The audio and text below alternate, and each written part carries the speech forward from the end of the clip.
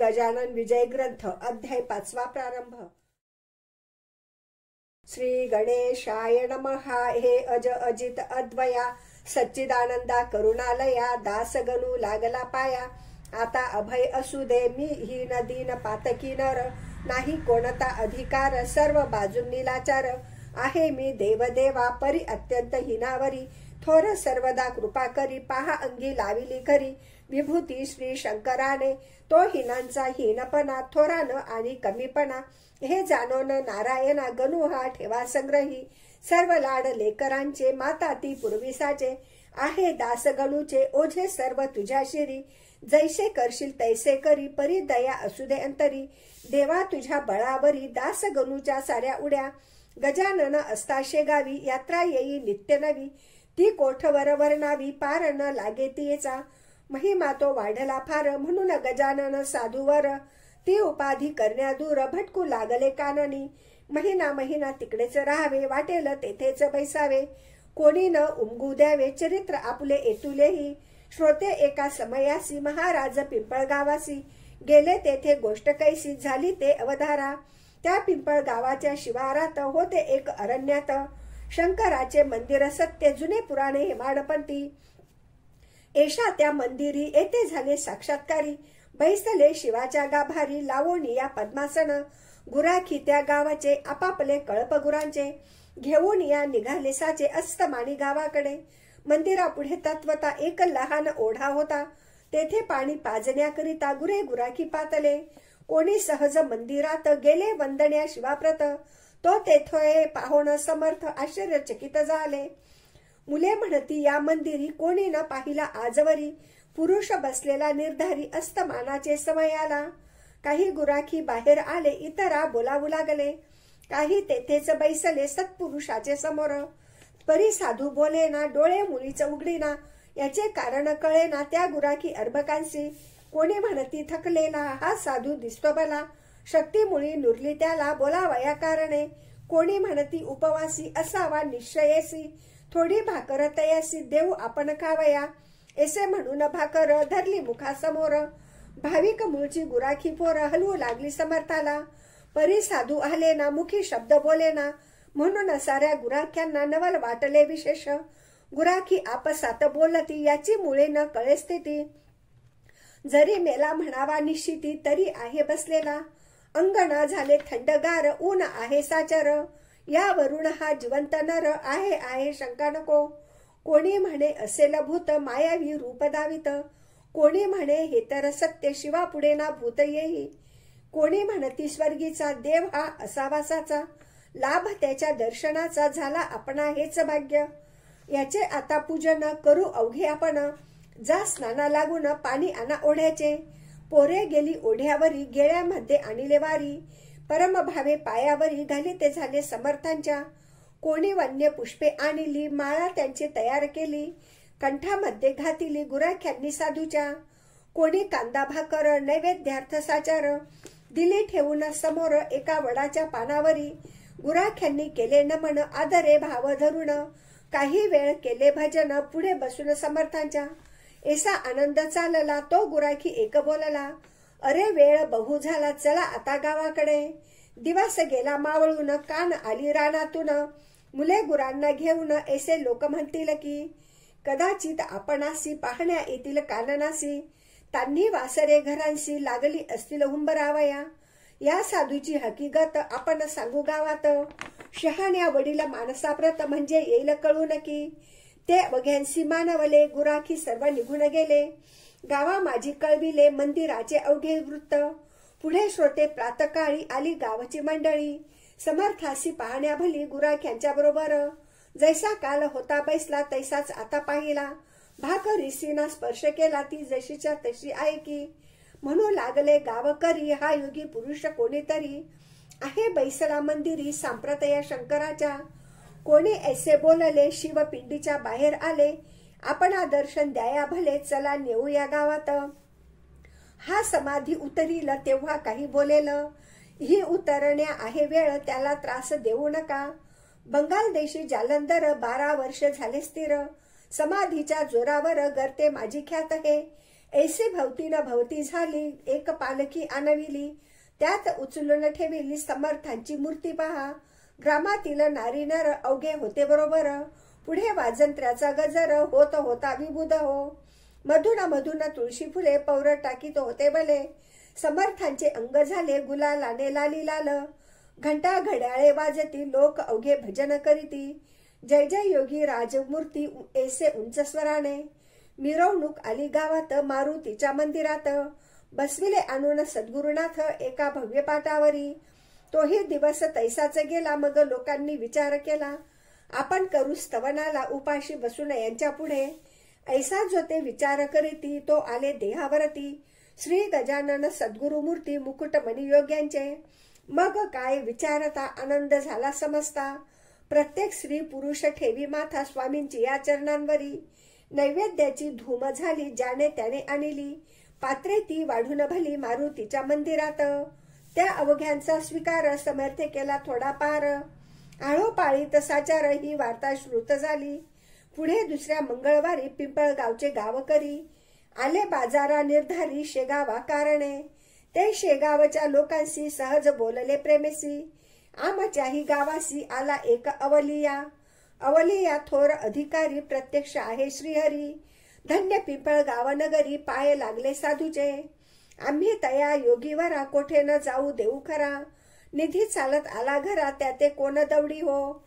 शेगावचे बाजारात जिकडे तिकडे हीच मात, बंकटलाला झाले श्रुत वर्तमान ते अवलियाचे.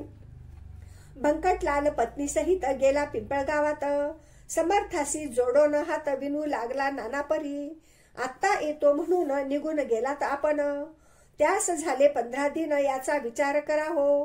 गुरु राया तुम्हाविन भणभणीत दिसे सदन, शेगावचे अवघे जण चिंतातूर झाले हो. गाडी आणली आपणासाठी चला शेगावी ज्ञान जेटी, माय लेका होणे तुटी हे काही बरे नसे. कित्येक दयाळा आपले भक्त राहिले असती उपोषित, त्या शेगाव शहरात नित्य दर्शन घेणारे. तुम्ही न आल्या शेगावी मी ही तनु त्यागीन बरवी, आमुची सांगा पुरवावी आळ कोणी गुरुवर्या. बंकटलाल ऐसे बदले महाराज गाडीवरी बसले, शेगावासी निघाले पिंपळगावा सोडून. जैसा मागे गोकुळाला न्याया कृष्णा अक्रूर आला, तैसा बंकटलाल भासला अक्रूर पिंपळगावाते. पिंपळगावच्या लोकांप्रती बंकटलाल समजाविती, नका होऊ दुःखित चित्ती जाती न कोठे लांब साधू. वाटेला तेव्हा दर्शना यावे हेतू आपले पुरवावे, जेथल्या तेथे असू द्यावे या अमोल मूर्तीला. बहुतेक पिंपळगावाचा बंकटलाल साहुकारसाचा, मनोभंग साहूचा करण्या कुळांची छाती नसे. चुरमुऱ्याचे लाडू खात पिंपळगाव बसले स्वस्थ, महाराज बसून गाडीत जाऊ लागले शेगावा. पथे जाता गुरुमूर्ती बोलली बंकटलाला प्रती, ही का साहूची होय रीती माल दुसऱ्याचा बळे न्यावा. मशी यावया तुझ्या घरी भय वाटते अंतरी, तुझ्या घरची नाही बरी रीत हे मी पाहतो. लक्ष्मीजी लोकमाता महाविष्णूची होय कांता, जिची अगाध असे सत्ता तिला ही त्वा कोंडिले. तेथे माझा पाड कोण म्हणून गेलो पळून, जगदंबेचे पाहून हाल माझे चित्त भ्याले. ऐसे एकता हसू आले बंकटलाला प्रतिभले, विनयाने भाषण केले ते एका सावचित्ते. बंकट बोलेस गुरुनाथा माझ्या कुलपान भ्याली माता, आपुला वास तेथे होता म्हणून झाली स्थिरती. जेथे बाळ तेथे आई तेथे दुजांचा पाड काही, आपुल्या पाया पुढे नाही मला धनाची किंमत. तेच माझे धन थोर म्हणून आलो इथवर, माझे न उरले आता घर ते सर्वस्वी आपुले. घर मालका कारण शिपाई आडवी कोठून, जैसे तुमचे इच्छिल मन तैसेच तुम्ही वागावे. इतकीच माझी विनंती शेगावी असो वस्ती, धेनू कान नाते जाती परी येती घरी तुम्हा. तैसेच तुम्ही करावे अवघ्या जगा उद्धरावे, परी आम्हान विसरावे यावे शेगावे वरचे वर. ऐसी समजूत घालून शेगावी आणले गजानन, तेथे काही दिवस राहून निघून गेले पुनरपी. ती एकावी तुम्ही कथा सांगतो मी इथे आता. अडगाव नावे ग्राम होता एक तया वऱ्हाड प्रांती, त्या ग्रामा कारण जाया निघाले दयाध घन. प्रातकाळी चुकून नजर शेगावकरांची, महाराजांची चालगती वायूची या समान होती. अंजनी तनय मारुती आला काय वाटे पुन्हा. मास होता वैशाख 16 कलांनी तपे अर्क. क्वचित कोठे न राहिले उदक ऐसा प्रखर उन्हाळा. माध्यान्नीच्या समयाला अकोली गावापासी आला. हा योग योगेश्वर साधू भला गजानन महाराज. तो काय घडले वर्तमान समर्थांसी लागली तान. करीती चौफेर अवलोकन तो उदक कोठे दिसेना. अंगा वाटे चालल्या धारा घामाच्या त्या एकसरा. अधरोष्ठ तो सुकला खरा उदकाविन समर्थांचा. एषा दुपारच्या अवसरी भास्कर नामे शेतकरी. घालीत होता पाळी खरी आपुल्या त्या शेताला. शेतकऱ्याची पाहता स्थिती हे अवघ्यात मुख्य असती. कृषी वलहा निश्चिती अन्नदाता जगाचा. अंगी ऐसे मोठेपण परिसोशी यातना दारुण. बिचाऱ्यांना ऊनतहान सोसणे भाग असे की. त्या अकोलीच्या शिवारात जलाचे दुर्भिक्ष अत्यंत. एक वेळा मिळेल घृत परी अभाव पाण्याचा. आपण ते प्यावयासी भास्कराने शेतासी. आणिले खापराच्या घागरीसी उदक होते गावातून. पाठीशी ती भाकर डोई जलाची घागर. ऐसा होता प्रकार शेता माझी येण्याचा. ती घागर झुडपाखाली होती भास्करे ठेविली. त्या ठिकाणी स्वारी आली भास्करा जल मागावया. समर्थ म्हणती भास्कराला तहान बहुत लागली मला. पाणी देवा प्यावयाला नाही ऐसे म्हणू नको. पुण्य पाणी पाजण्याचे आहे बापा थोरसाचे. पाण्या वाचून प्राणाचे रक्षण होणे अशक्य. धनिक पान पोया घाली ती अहम रस्त्याच्या पथावरती. याचे कारण शोधचित्ती म्हणजे येईल कळोन. भास्कर बोले त्यावर तू नंगा धूत दिगंबर. तुला दांडग्या पाजितानी पुण्य लाभ कशाचा. अनाथ पंगू दुबळ्यांसाठी त्या पुण्याच्या शोभती गोष्टी. वा जो समाज हितासाठी झटे त्याची साह्य करा. ऐसे शास्त्राचे आहे वचन तुझ्यासारख्या मैंदा कारण. आम्ही पाजिता जीवन ते उलटे पाप होय. भूत दयेच्या तत्वे भला सर्प कोणी का पोसला. वा जागा चोरट्याला देती सदनी काय कोणी. तू भीक मागून घरोघर केलेस पुष्ट शरीर. भारभूत साचार झालास आपल्या कृतीने. मी माझ्यासाठी घागर आणली सकाळी डोक्यावर. त्या आयत्या पिठावर रेघोट्या तू ओढू नको. तुला ना देणार पाणी नको करू रे विनवणी. जाजा करी येथोनी काळे आपले चांडाळा. तुझ्या सारिके निरुद्योगी जन्मले आमच्यात जागजागी. म्हणून झालो अभागी आम्ही चौखंडात. हे भास्कराचे भाषण समर्थांनी ऐकून. थोडे करुणी हास्यवदन निघून गेले तेथोनिया. थोड्या दूर अंतरावर एक होती साच विहीर. तिकडे धाव अखेर घेतली स्वामीरायांनी. स्वामी तिकडे जाऊ लागता भास्कर झाला बोलता. उच्च स्वरे वेड्या वृथा तिकडे कशाला जातोस. ती कोरडी ठणठणीत आहे विहीर जाण सत्य. पाणी या एक कोसात नाही कोठे जाण पिशा. समर्थ बोलले त्यावरी ही सत्य तुझी वैखरी. विहिरीत पाणी नाही जरी परी करीतो प्रयत्न. तुझ्या सारिके बुद्धिमान जलाने होती हैराण. ते मी नैनी पाहून स्वस्थ ऐसा बैसलो जरी. तरी समाज हितासाठी काय मी केली सांग गोष्टी. साह्य होतो जगजेठीस हेतू शुद्ध असल्यावर. समर्थ आले विहिरीपाशी तो थेंब नाही ती येशी. हताश होऊन वृक्षापाशी बैसले एका दगडावर.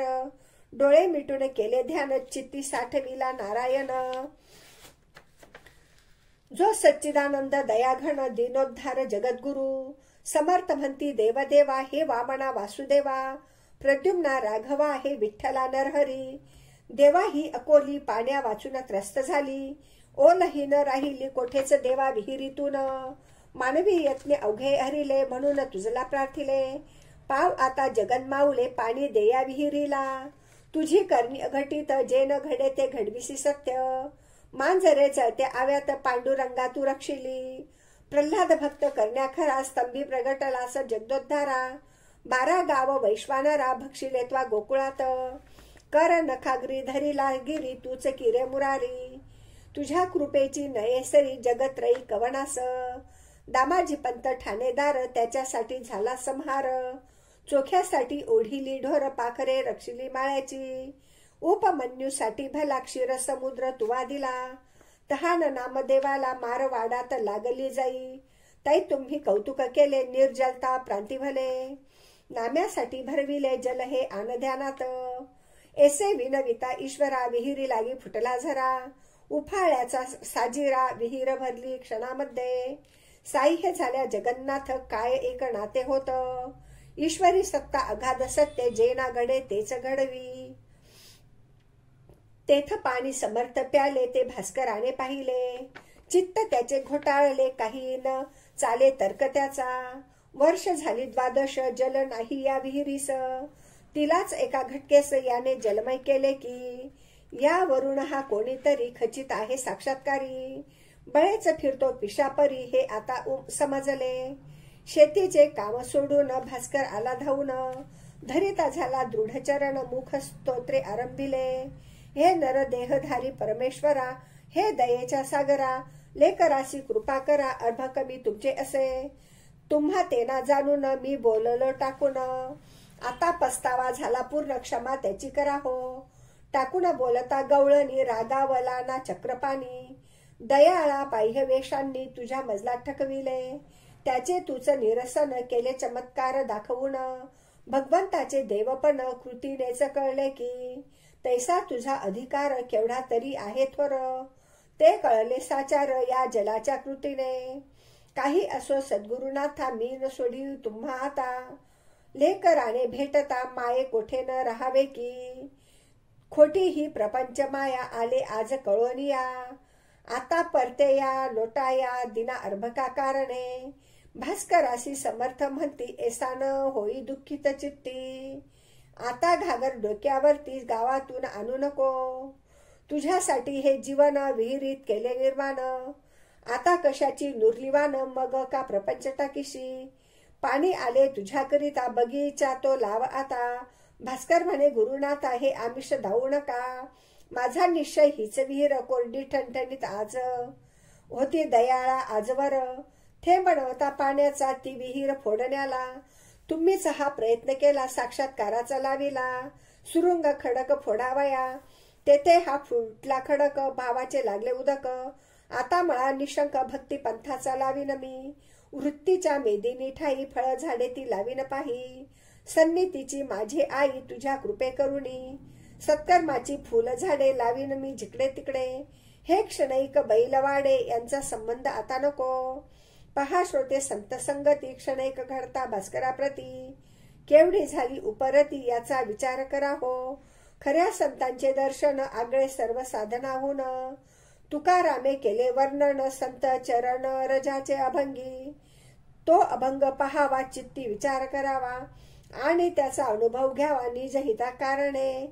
पाणी लागले विहिरीस ती वार्ता आसपास, पसरता जन दर्शनास धावू लागले स्वामींच्या, मधूचा लागता सुगावा जैसा मक्षिका येती धावा, वा साखरेचा पाहून रवा मुंग्या येती धावून, तैसे श्रोते तेथ झाले लोक अपार मिळाले, विहिरीचे पाणी पाहिले पिऊन तृप्त ते धवा, उदक निर्मळ शीत मधुर गोड अमृताहून फार, करू लागले जय जयकार गजाननाचा लोक सारे, असो पुढे भास्करासहित अडगावासी न जाता परत, महाराज आले शेगावात श्री गजानन सिद्धयोगी, स्वस्ती श्री दास गणुवीर चित्त, हा श्री गजानन विजय नामे ग्रंथ, हो जगासी आदर्शभूत संत महिमा जाणावया, शुभम भवतु श्री हरि हरार्पणमस्तु, इति श्री गजानन विजय ग्रंथस्य पंचमोऽध्यायः समाप्त।